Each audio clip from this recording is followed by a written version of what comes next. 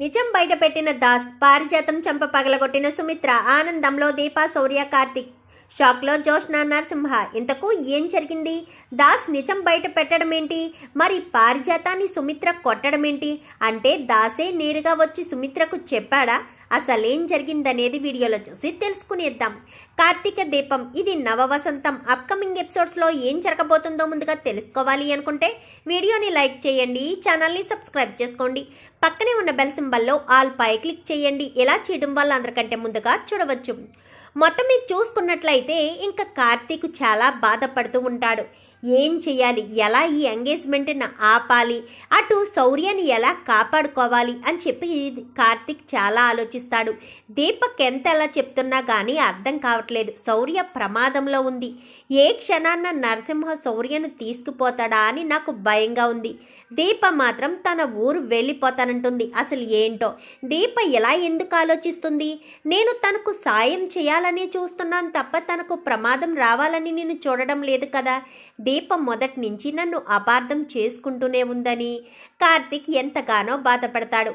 అటు ఆ సమస్యను తీర్చాలా, ఇటు శౌర్యను కాపాడుకోవాలా?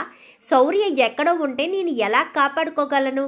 అత్త వాళ్ళ ఇంటి దగ్గర ఉంటేనే కదా శౌర్యను కాపాడుకోగలను. మరి దీప నా మాట వినడం లేదు. ఇటు అత్తకు ఎంగేజ్మెంట్ అంటే నాకు ఇష్టం లేదు అన్న విషయం కూడా చెప్పలేకపోతున్నాను. ఏంటో నాకు ఈ పరిస్థితి. మొదటి నుంచి కూడా నేను ఇలాగే మొహమాటం కొలిది ఎదుటి వ్యక్తులు బాధపడతారన్న ఉద్దేశంతో నా నోటంట నిజాన్ని బయట పెట్టలేక ఇంతవరకు తెచ్చుకున్నాను. ఇప్పుడు లక్షవారం ఎంగేజ్మెంట్ అంటున్నారు.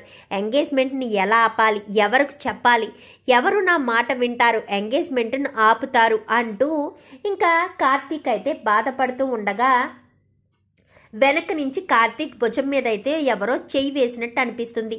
వెనక్కి తిరిగి చూసేసరికి వెనకాల దాస్ అయితే కనిపిస్తాడు.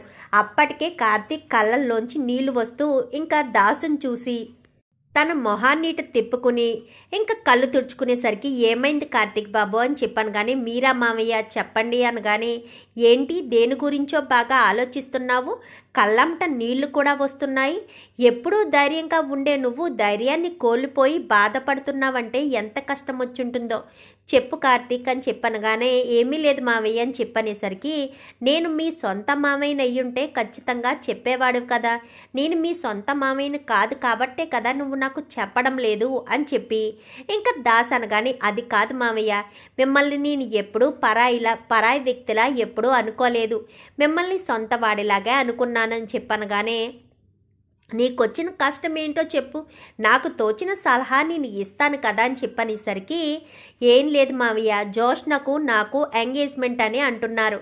చిన్నప్పటి నుంచి అనుకున్నదే, కానీ అప్పట్లో నేను ఎందుకో అనుకుంటున్నారని పెద్దగా పట్టించుకునేవాడిని కాదు. ఇప్పుడు నాకు వయసు వచ్చింది, నాకు తెలుసు. నా ఇష్టాలేంటో ఎదుటి వ్యక్తులు అర్థం చేసుకోవాలి కదా.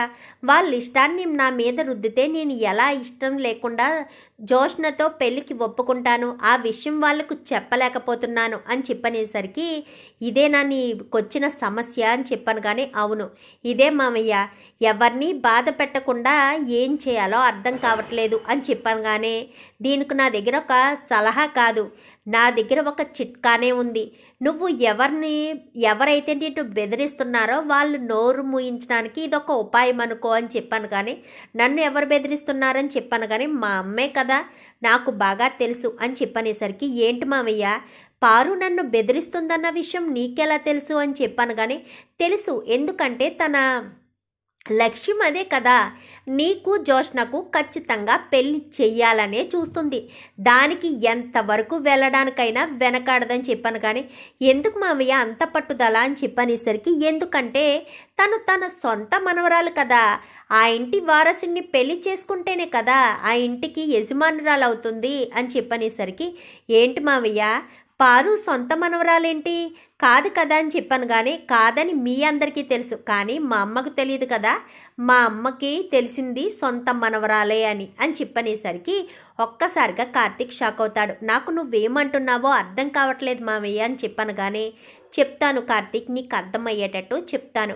నువ్వు అనుకున్నట్టు జోష్న మీ అత్త కూతురు కాదు, నా కూతురు అని చెప్పనేసరికి ఒక్కసారిగా కార్తీక్ షాక్ అయిపోతాడు. ఏంటి మావయ్య, జోష్న మీ కూతురు ఏంటి?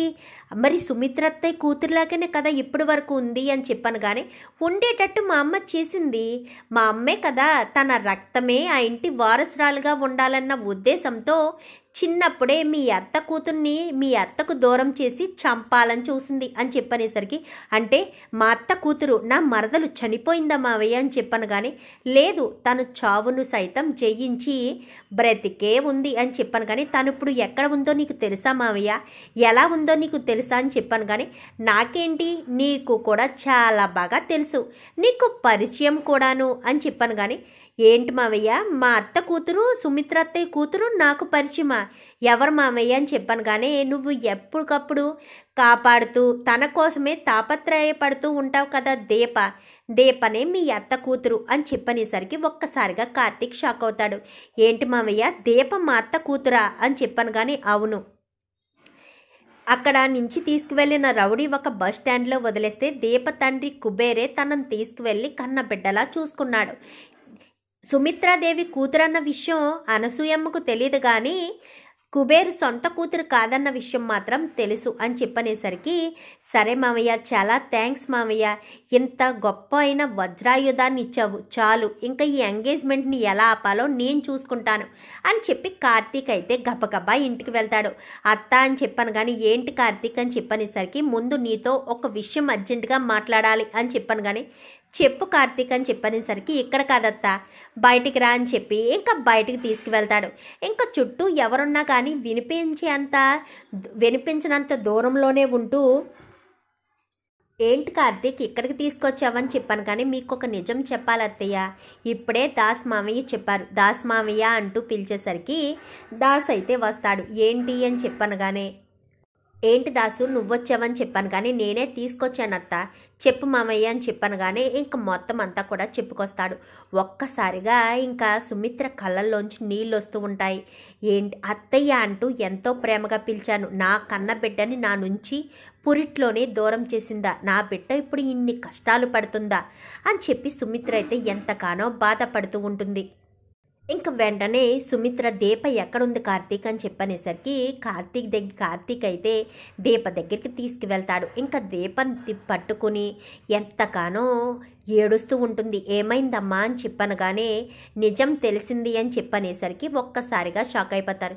నిజం తెలియడం ఏంటమ్మా అని చెప్పాను. కానీ నువ్వు నా బిడ్డవి, నా రక్త పంచుకు పుట్టిన బిడ్డవి అని చెప్పనేసరికి ఇంకా దీపకి ఏం మాట్లాడాలో అర్థం కాదు. నేను మీ బిడ్డని ఏంటమ్మా అని చెప్పనేసరికి, అవును దీప, నిజంగానే నువ్వు మా అత్త బిడ్డవి అని చెప్పి ఇంకా దాసు ఏదైతే చెప్తాడో అదంతా కూడా కార్తీక్ చెప్పేసరికి ఒక్కసారిగా షాక్ అయిపోతుంది దీప. మీరు చెప్పేది అబద్ధం, నేను కుబేర్ వాళ్ళ అమ్మాయిని అని చెప్పాను. కానీ కాదు, మీ అత్తయ్యని కూడా తీసుకొచ్చానని ఇంకా కారులోంచి అనసూయమ్మను కూడా తీసుకొస్తాడు. చెప్పండి, నిజంగా మీ తమ్ముడికి పుట్టిన బిడ్డేనా దీప అని చెప్పాను. కానీ కాదు, దీపను ఎక్కడి నుంచో మా తమ్ముడు తీసుకొచ్చాడు, తనకు పిల్లలు పుట్టలేదు అని చెప్పనేసరికి ఒక్కసారిగా దీప ఇంకా దాస్ చెప్పింది ఇటు కార్తీక్ చెప్పింది ఇంకా నిజమని నమ్ముతుంది. మొత్తానికైతే దాసు ద్వారా నిజం తెలుసుకుంటుంది సుమిత్ర అయితే. ఇంకా అలా తెలుసుకున్న తర్వాత దీపని ఇంటికి తీసుకొస్తుంది. దీపని ఇంటికి తీసుకొచ్చినప్పటి నుంచి కూడా దీప గురించే ఆలోచిస్తూ ఉంటుంది. దీపకేం కావాలో, శౌర్యకేం కావాలో అదే చూస్తూ ఉంటుంది తప్ప ఇటు ఎంగేజ్మెంట్కి కావాల్సినవేమీ కూడా పట్టించుకోదు. ఇంకా అదంతా చూసి బాధపడుతూ ఉంటుంది జోష్న అయితే. ఏంటి సుమిత్ర నువ్వేం చేస్తున్నావు? జోష్న అక్కడ కన్నీళ్లు పెట్టుకుంటుంటే నీకు అసలు కొంచెం కూడా బాధ అనిపించడం లేదా అని చెప్పనేసరికి ఒక్కసారిగా అప్పటి వరకు శౌర్యకు భోజనం తినిపిస్తున్న సుమిత్ర ఒక్కసారిగా వెనక్కి తిరిగి అదే చేత్తో పారిజాతం చంప చెల్లుమనిపిస్తుంది. ఏంటి, నా కూతురు ఏడుస్తుంటే నాకు బాధ అనిపిస్తుంది, కానీ మీ మనవరాలు ఏడుస్తుంటే నాకెందుకు బాధ అనిపిస్తుంది అని చెప్పనేసరికి ఒక్కసారిగా పారిజాతం షాక్ అయిపోతుంది. ఏంటి సుమిత్ర ఏం మాట్లాడుతున్నావు అనగాని, నిజం మాట్లాడుతున్నాను, నిప్పు లాంటి నిజమే మాట్లాడుతున్నాను. తను మీ మనవరాలే కదా, అందుకే కదా మీకంత బాధ కలుగుతుంది. ఇన్ని రోజులు నా మనవరాలు అంటుంటే ఏంటో అనుకున్నాను. తను మీ సొంత మనవరాలు బాధపడాలన్న విషయం నేను తెలుసుకోలేకపోయాను అని చెప్పి ఇంకా సుమిత్ర అనేసరికి ఈ లోపు జోష్నైతే వస్తుంది. ఏంటి మమ్మీ, ఏంటి నువ్వు అనేది అని చెప్పాను, కానీ నిజం, నువ్వు నన్ను అమ్మ అని పిలవద్దు. మీ గ్రాని నన్ను మోసం చేసింది, ఒక్క క్షణం కూడా మీరు ఇంట్లో ఉండడానికి వీల్లేదు అని నేను చెప్పడానికి క్షణకాలం కూడా పట్టదు. దీపని ఇబ్బంది పెట్టాలి అంటే అనుకుంటే మాత్రం మీ ఇద్దరిని మెడపట్టి బయటికి గెంటడానికి కూడా నేను వెనకాడను. ఇన్ని రోజులు నిన్ను పెంచానన్న మమకారంతో నోరు మూసుకుని ఊరుకుంటున్నాను. మీకు ఇదే చెప్తున్నాను అత్తయ్య, దీపక్ కానీ శౌర్య కానీ చిన్న ఘాటు తగిలినా కానీ మిమ్మల్ని అస్సలు వదిలిపెట్టనంటూ సుమిత్ర ఇద్దరికి వార్నింగ్ ఇచ్చేసరికి ఇంకా పారిజాతం నేను ఎంత కలలు కన్నానో అంతా సర్వనాశనం అయింది అని చెప్పి అనుకుంటూ ఉంటుంది. మొత్తానికైతే సుమిత్ర పారిజాతాన్ని కొట్టి మరీ నిజాన్ని బయట పెడుతుంది. చూద్దాం రాబోయే ఎపిసోడ్స్లో ఇలాగే జరగాలని మీరు కూడా కోరుకుంటే వీడియో నచ్చితే లైక్ చేయండి, ఛానల్ని సబ్స్క్రైబ్ చేసుకోండి, పక్కనే ఉన్న బెల్ సింబల్లో ఆల్ పై క్లిక్ చేయండి. ఇలా చేయడం వల్ల అందరికంటే ముందుగా చూడవచ్చు.